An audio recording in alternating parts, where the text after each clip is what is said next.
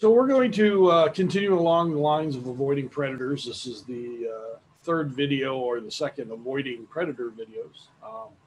And so we're going to continue along. So we looked at blending in and camouflage.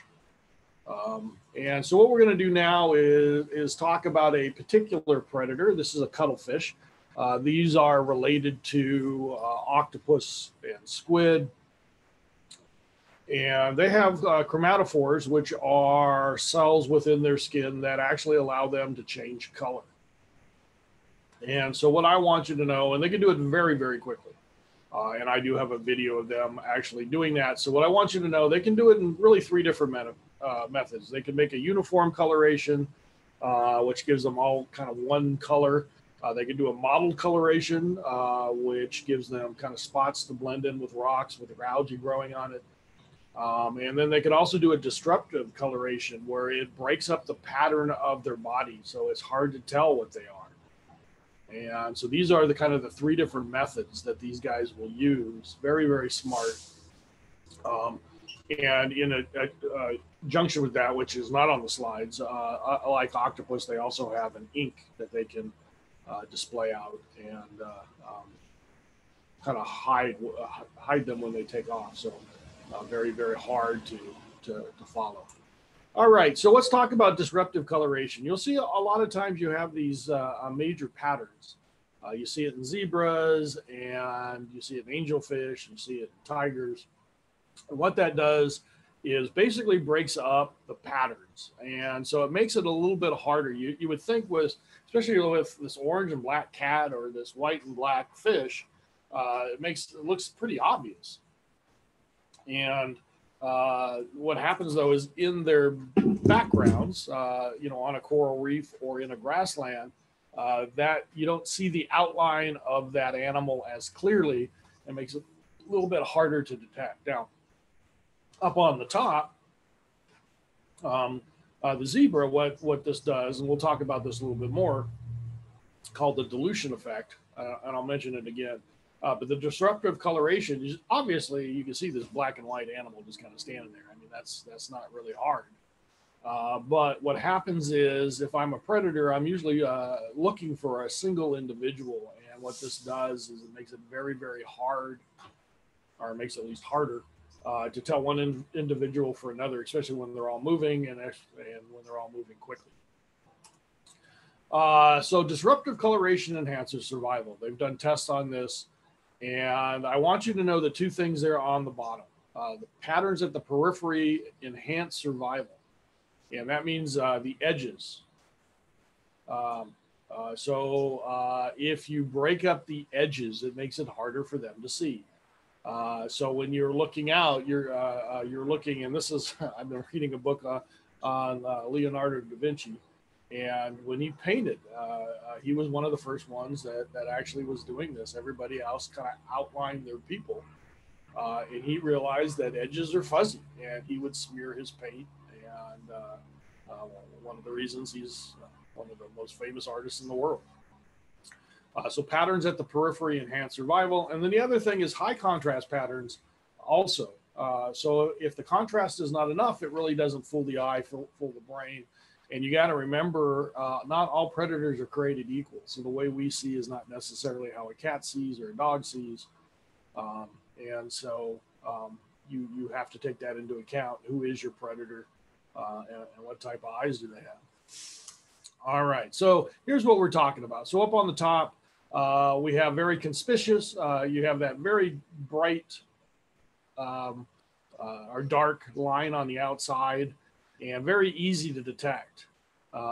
And so the concealment is, you can see that the colors are broken up on the edges, and so it makes it a bit harder to see.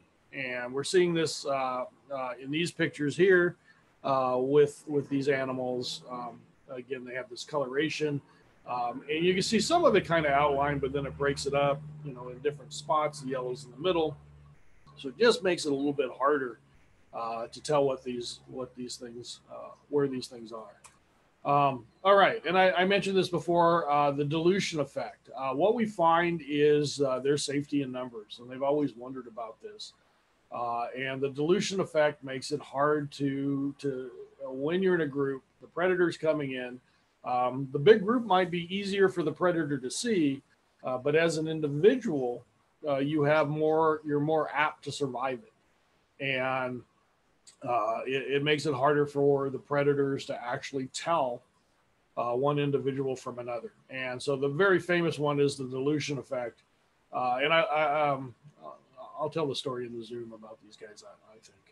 But anyway, so here you see group size, probability of capture, and what you can see in this figure here for these butterflies. This is they're all sitting down. There's water on the ground, collecting water. But what they find out is your group size needs to be about 9 or 10. You know, kind of the probability of risk. If you're flying by yourself, you're highly vulnerable. But if you start getting right around the 10 range, that is kind of the ideal number, maybe 9.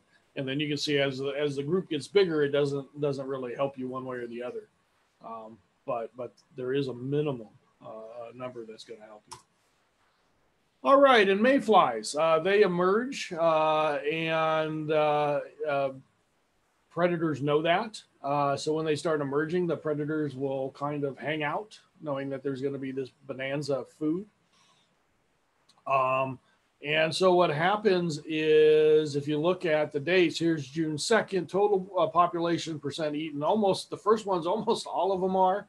And then June 3rd, 4th, 5th, you can see there's quite a bit of drop going on because you get more and more of them out here and it gets diluted. You can see there's a big, huge jump back up on June 6th. There is a second emergence is what's happening.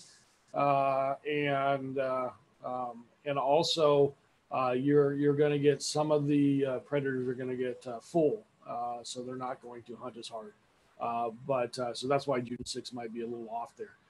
But you can see over the days of emerging kind of what's going on in those numbers. So they had two, huge, but as you get more and more individuals out there, less and less being eaten. All right, and then one of the things you can do is just be quiet. This is a Gulf toadfish. It is a fish, ugly thing, kind of different. And they're fed on bottlenose dolphins. And so when the dolphins are around, what you're going to see, dolphins make whistles and pops to try to find these things.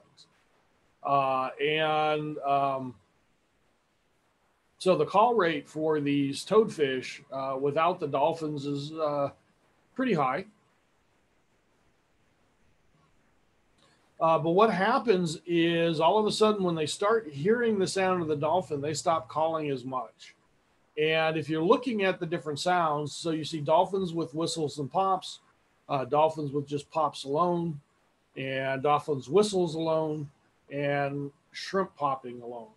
And so what they've found out is the toadfish will get very, very quiet when there's whistles and pops. Okay, so they can tell the difference between the popping of the shrimp and the popping of the dolphins. And then even after you remove the sounds, they stay quiet for a while because they assume that the dolphins are still close. So what they're looking for is these whistles. And more importantly, it's actually the pops that are doing it. It turns out the whistle is not nearly, it's not at a frequency that's setting it off. So what I do want you to know, it's the actual dolphin pops that are causing the this fish to quiet down. All right, and then avoiding predators by choosing safe habitats. You see this in lots of different birds. Here's some parrots that breed in cavities. Woodpeckers do the same thing. We believe it's a safety issue. That these guys are pretty conspicuous. They're very easy to see. They're fairly loud. And so the idea is you get yourself holed up in a cavity where you are safe. And so they believe predation. They've done studies, and they think it's predation that's leading this, not the access to cavities. It's not just in trees. You see cavities in the sides of cliffs, things like that. And again, they believe the predators drive this. And they've had introduction programs. This is kind of an idea I want you to know. We're doing it right now with yellow-legged frogs. Because of the fires, it's an endangered species in our local mountains.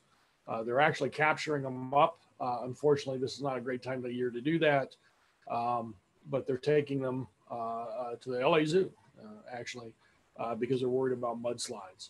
But one thing you have to, and then they are releasing some of them in an old habitat that they deem okay.